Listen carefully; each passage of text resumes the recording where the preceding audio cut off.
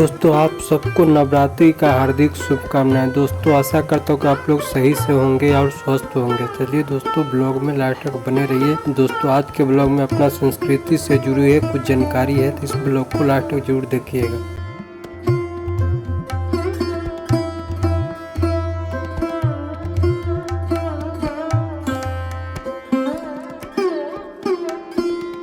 हाँ जी दोस्तों, मेरा नाम सुशील है और आप देख रहे हैं आपका और हमारा यूट्यूब चैनल सुशील पटेल ब्लॉग। तो दोस्तों आज के ब्लॉग में आपके लिए गुरुकुल का छठा भाग लेकर आए। दोस्तों आप हमारे चैनल में पहली बार आए हुए तो दोस्तों चैनल को सब्सक्राइब करके बेल आइकन प्रेस कर लीजिएगा और ऑटो प्ले फेसबुक पर देख रहे होइएगा तो वहाँ भी फॉलो कर लीजिएगा। चलिए दोस्तों वीडियो को कंटिन्यू करते हैं।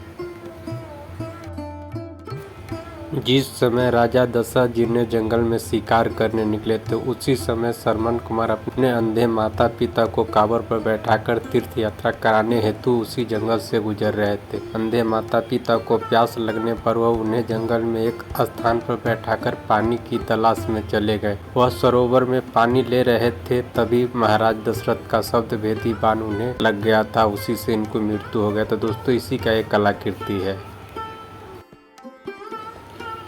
दोस्तों ये कलाकृति तारिका वध का है। तारिका को वध क्यों किया गया था? जैसे दोस्तों ये अपनी क्रूरता को देखते हुए और अपने पति की मृत्यु का बदला लेने के लिए तारिका ने अगस्त मुनि के आश्रम को नष्ट करने का संकल्प लिया था। इसीलिए ऋषि विश्वामित्र ने तारिका को वध राम के हाथों करवाया था। दोस्तों तो इसी का एक कलाकृति है।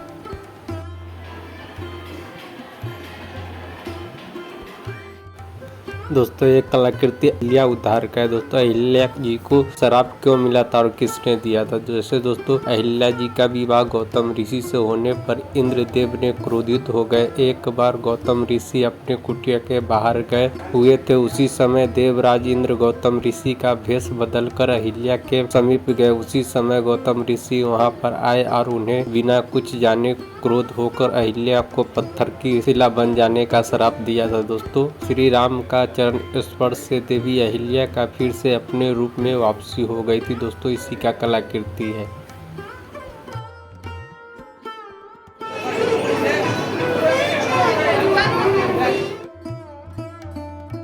दोस्तों एक कलाकृति सबरी जी और श्री राम जी का मिलन का है। दोस्तों जब सबरी जी से श्री राम जी ने मिले थे तो उनका सत्कार कैसे किया था? जैसे दोस्तों कि सबरी जी ने श्री राम लक्ष्मण का सत्कार उन्हें मीठे बेर खिलाकर किया था। सबरी राम जी का अकचक देखती रही थी। राम ने सबरी के द्वारा दिए हुए राजभोग को खाया और उन्हें काफी देर एक दूसरे से बात की, फिर वहां से अपने राजमार्ग पे निकल गया। दोस्तों तो इसी का एक कलाकृति लगा हुआ है।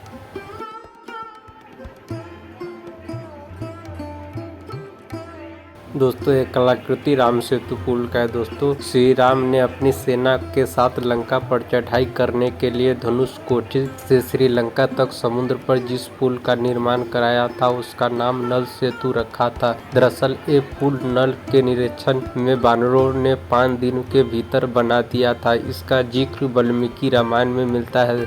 रामायण में इस पुल की लंबाई 100 योजन और चौड़ाई 10 योजन बताई गई। दोस्तों इसी का एक कलाकृति है।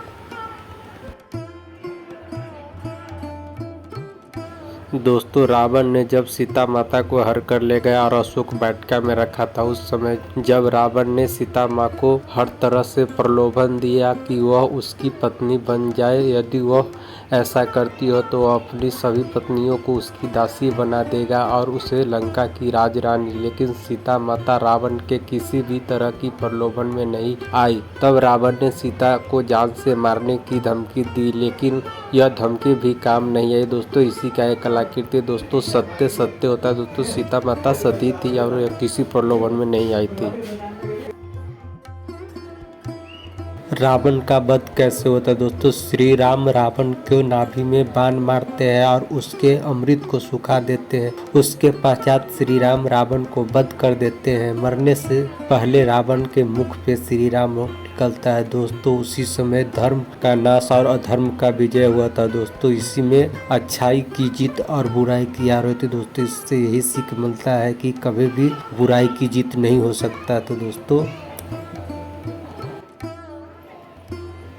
माता सीता को क्यों अग्नि परीक्षा देनी पड़ी थी दोस्तों। जब श्री राम लंका से विजय के बाद अयोध्या वापस आए तो कुछ दिनों बाद श्री राम के गुप्तचरों ने उनसे कहा कि प्रजा में माता सीता के पवित्रता पे संदेह किया जा रहा है। इसी संदेह के कारण माता सीता को अग्नि परीक्षा देनी पड़ी थी दोस्तों। इसी का एक कलाकृति है। तो दोस्तों आज का ब्लॉग कैसा लगा प्लीज कमेंट करके जरूर बताइएगा और दोस्तों के साथ इस वीडियो को ज़्यादा से ज़्यादा शेयर कीजिए और अभी तक आप मेरे चैनल को सब्सक्राइब नहीं किए तो जल्दी से चैनल को सब्सक्राइब करके बेल आइकन पर प्रेस कर लीजिएगा। चलिए दोस्तों मिलते हैं किसी और ब्लॉग के साथ, जब तक के लिए बाय बाय, टेक केयर, जय हिंद।